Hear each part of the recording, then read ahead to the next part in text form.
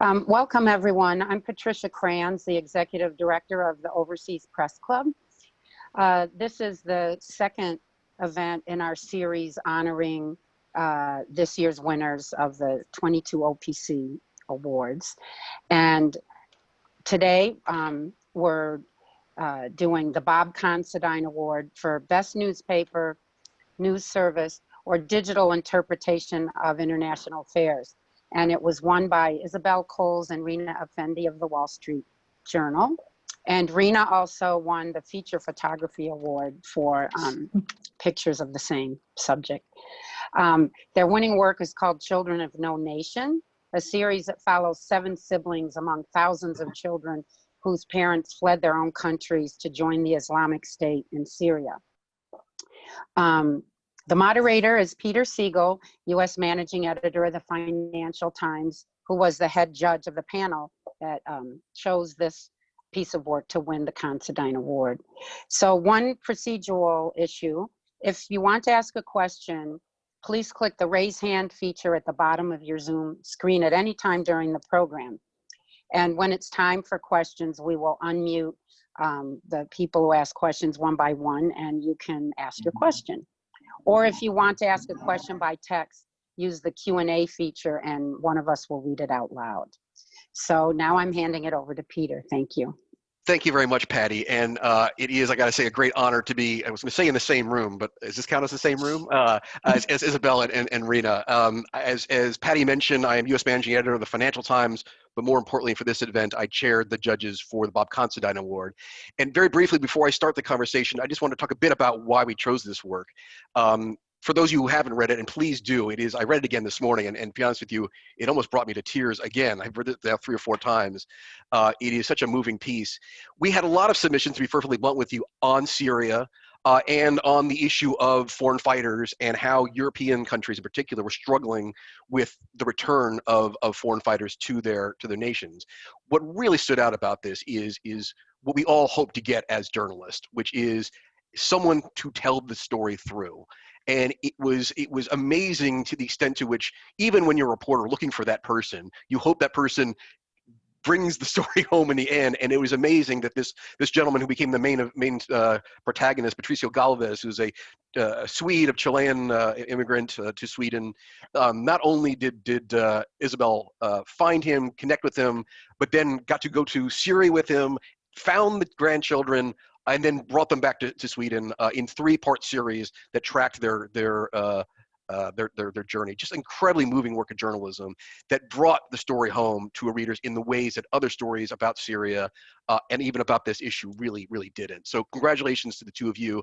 I got to say, and to start with I guess the obvious question, Isabel, I think because you were the person who first connected with the Galvez family. How did Patricio sort of, how did you track him down? How did you find him? And how did you get onto the story? Because it clearly it became a huge cause célèbre in Sweden in particular, but you had the access and you were the person who's got to spend all the time with him going into Syria and coming back. Right, well, first of all, thank you very much for your kind words and for recognizing our work. I mean, the background to this is really that I had been covering the conflict with ISIS since 2014, really. So as things kind of came to a head last year, you know, the battle against ISIS came to a climax in eastern Syria. I went on assignment there to kind of cover those final operations. And while I was there, I wrote a story about how children from the Yazidi minority who had been kidnapped by Islamic State were emerging amongst the thousands of people who were being displaced by the military operations. So when that story was published, I got a message on Twitter completely out of the blue from someone saying, you know, we're desperately trying to find 7 kids. They're in Syria. This is their father's name. Do you have any information? I didn't have any information, but obviously I recognized immediately that it was a kind of potentially very interesting story. So I responded, and after exchanging a few messages, this person put me in touch with her uncle, who was Patricio Galvez. And we exchanged some messages, and, you know, from the very beginning, he had already been locked in this struggle for some time with the Swedish government. And he said from the very beginning, look, I want to go to Syria. And I asked if I could go with him. I mean, obviously, initially I went to Sweden. I wanted to kind of check that the story stacked up.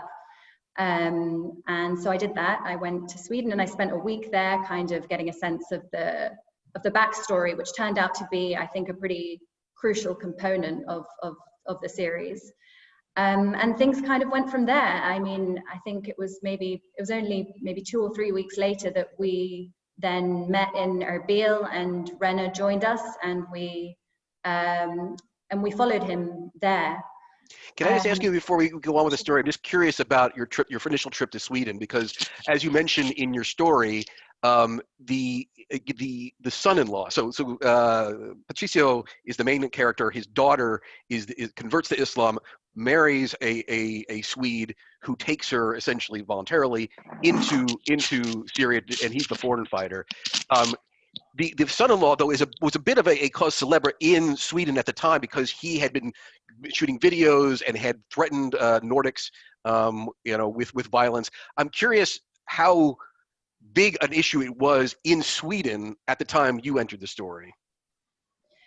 I mean, it was a big issue. It was something that, throughout the time that they had spent in the caliphate, it was something that continually kind of came up in the tabloids. It was a kind of favorite issue. But I was thinking about this. I think one of the reasons that we were able to get the access that we did was because we came from outside that context. I didn't know who this Mikhail Skromo guy was until I started, looking into it. So I think the fact that we didn't have that kind of baggage kind of enabled us, or enabled Patricio to open up to us. Yeah.